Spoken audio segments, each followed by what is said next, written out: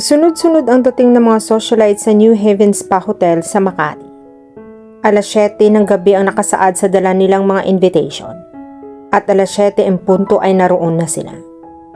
Walang sadyang nagpa-late sa tulad ng kanilang nakagawian. Hindi po pwede iyon sa affair na kanilang pupuntahan. Baka kapag na-late sila mawalan sila ng pagkakataong makakuha ng choice picks. Baka tira-tira na lang ang maaabutan nila. Naka-formal gown ang mga socialites. Nakatoksedo ang kanilang mga escorts. Dire-diretso sila sa pinakamalaking ballroom ng 5-star hotel. Doon idaraos ang Diamond Gala Night ng Del Oro Jewelers. By invitation only. Isa sa pinaka-exclusive na jewelers of the rich and famous ang Del Oro Jeweler. Iisa nga ang shop nito.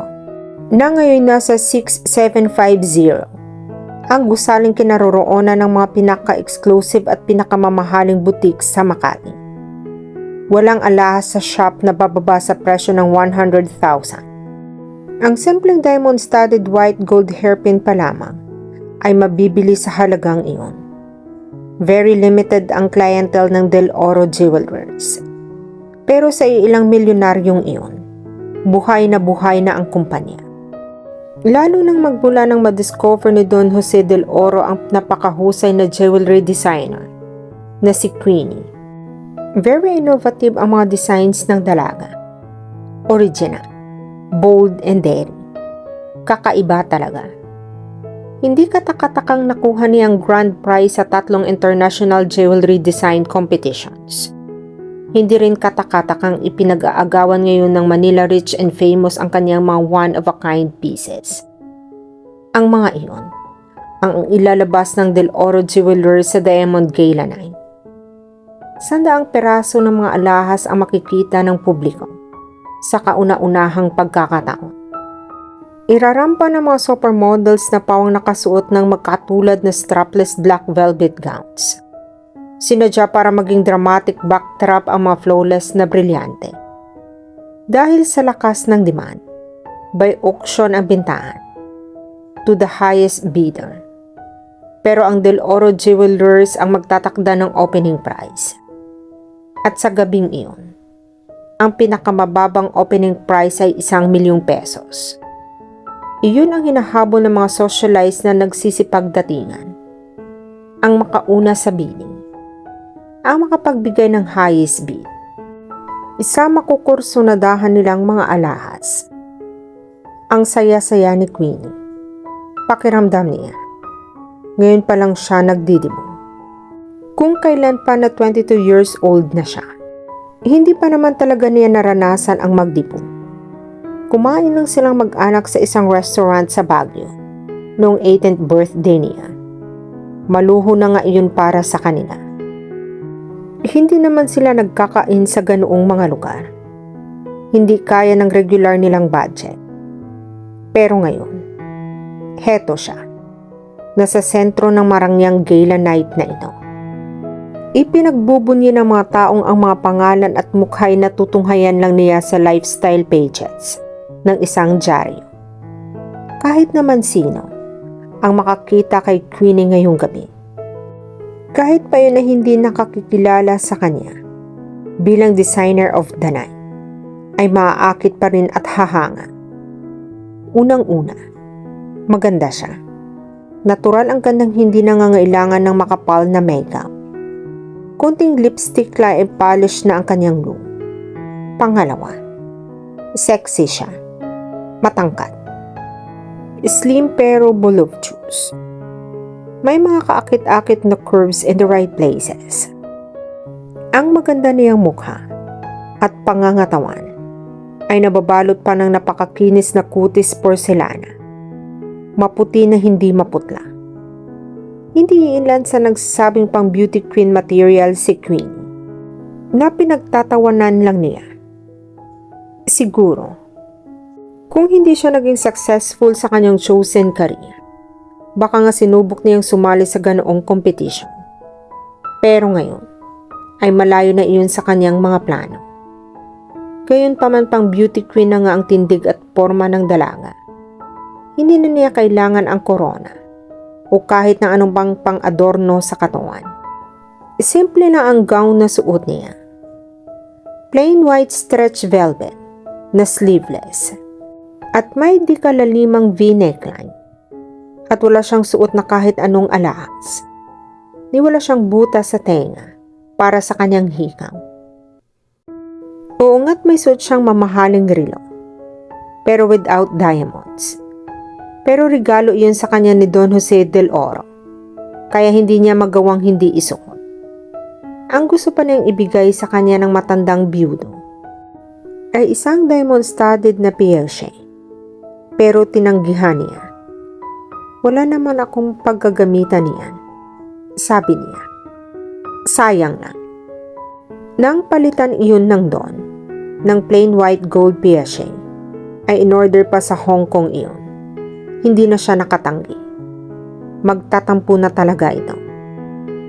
Hindi niya maaatim na magtampo sa kanya ang may-ari ng Del Oro Jewelry. Ang lalaking kung tawagin niya ngayon ay Papa. Mahal na rin niya si Don Jose.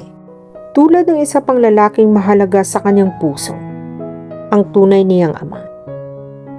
If only you could see me now, Daddy. Palihim na pahayag ni Queenie habang nakangiti sa gitna ng Diamond Gala Night. Pero alam kong masaya ka ngayon dyan sa kinaroroonan mo. Mapapanatag ka na dahil may mag-aalaga na ulit sa akin, tulad ng pag-aalaga mo sa akin noon.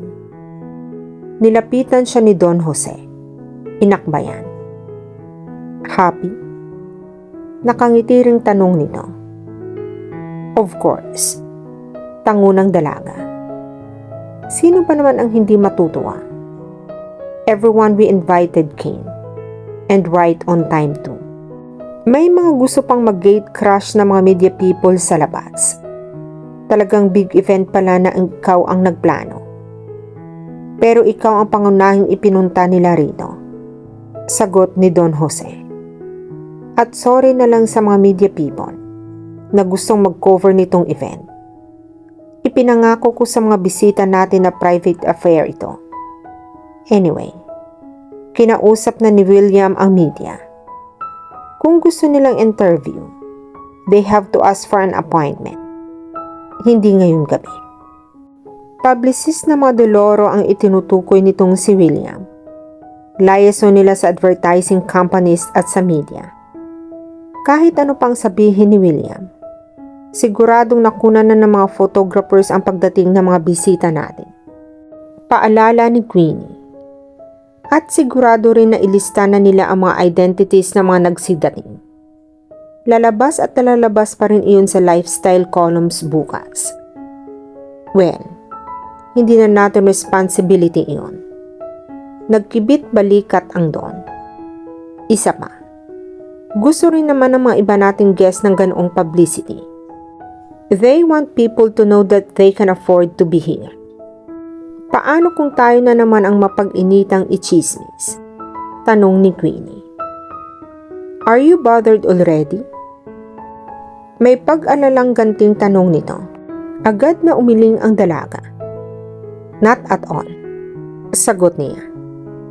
Alam mo walang akong pakialam sa sasabihin nila. I only care about what my family thinks. And my family knows all about us. Ikaw nga ang inaalala ko. Ikaw ang may reputasyong dapat ingatan. Natawa lang ang matanda.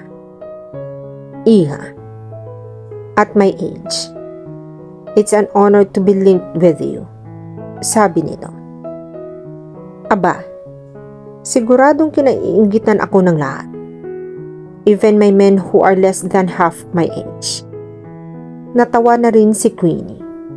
Hindi na nga bago sa kanila ang makarinig at makabasa ng chismis na tungkol sa kanilang dalawa. Marami ang nangungutya sa dalaga.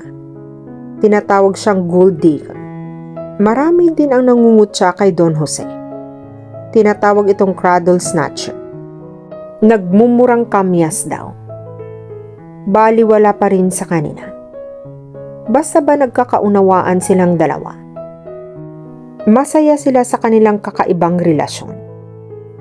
Wala na tayong magagawa sa mga chismoso't chismosang iyan. Sabi ni Don Jose.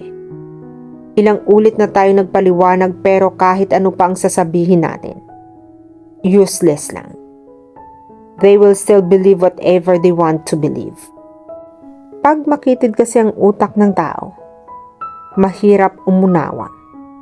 Di hayaan na lang natin sila.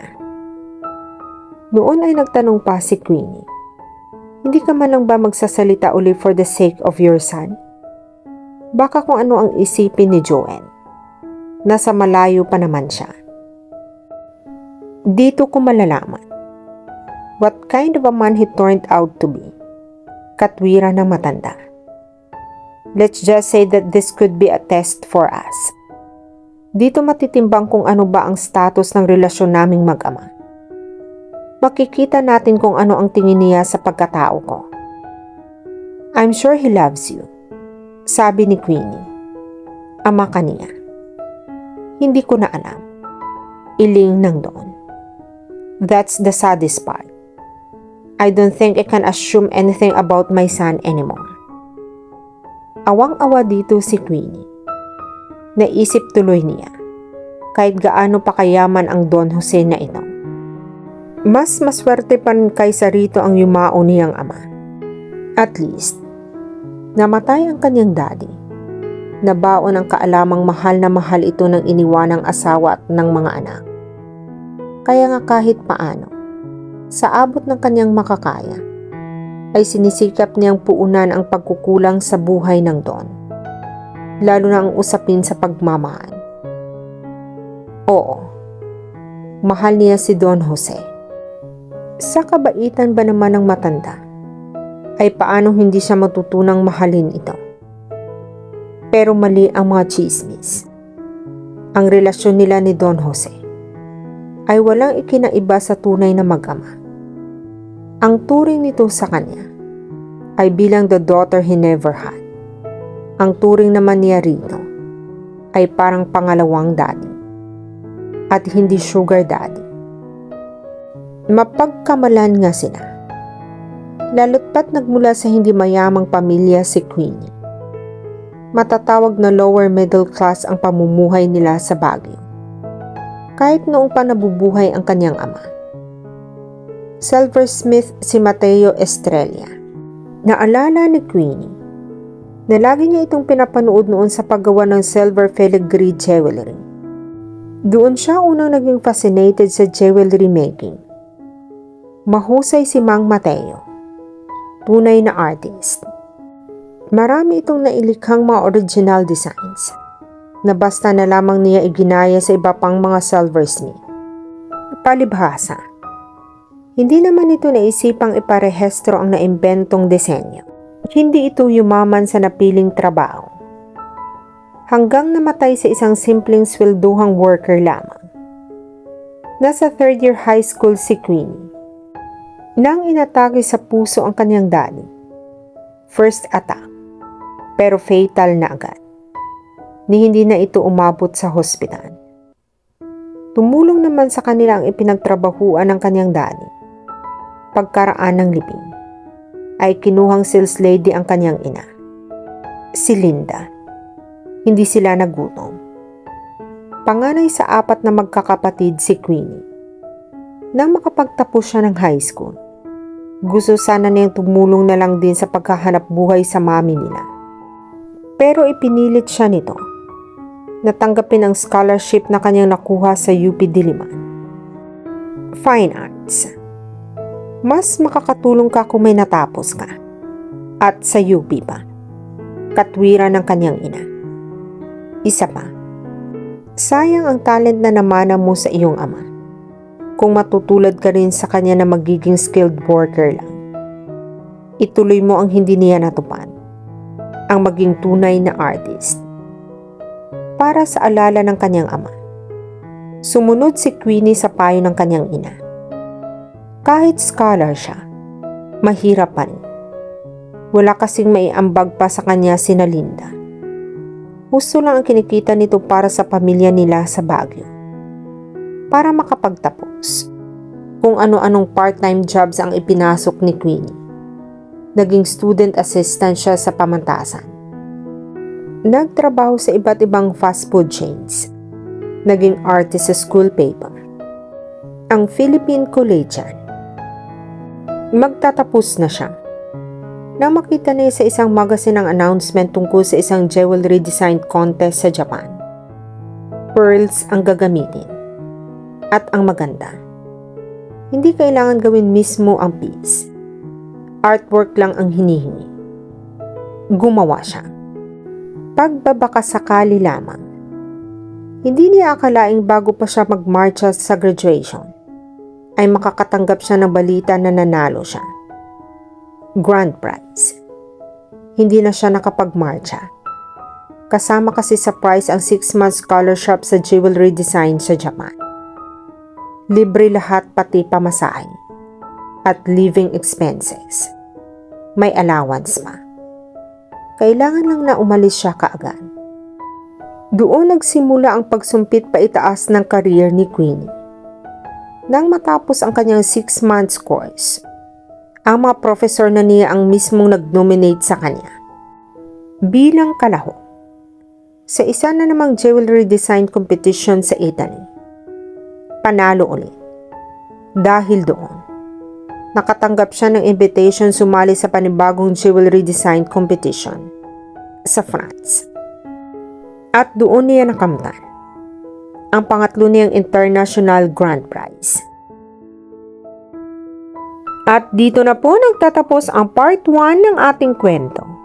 Sabay-sabay po nating abangan ang susunod na kabanata. Be good, be safe, and God bless po everyone.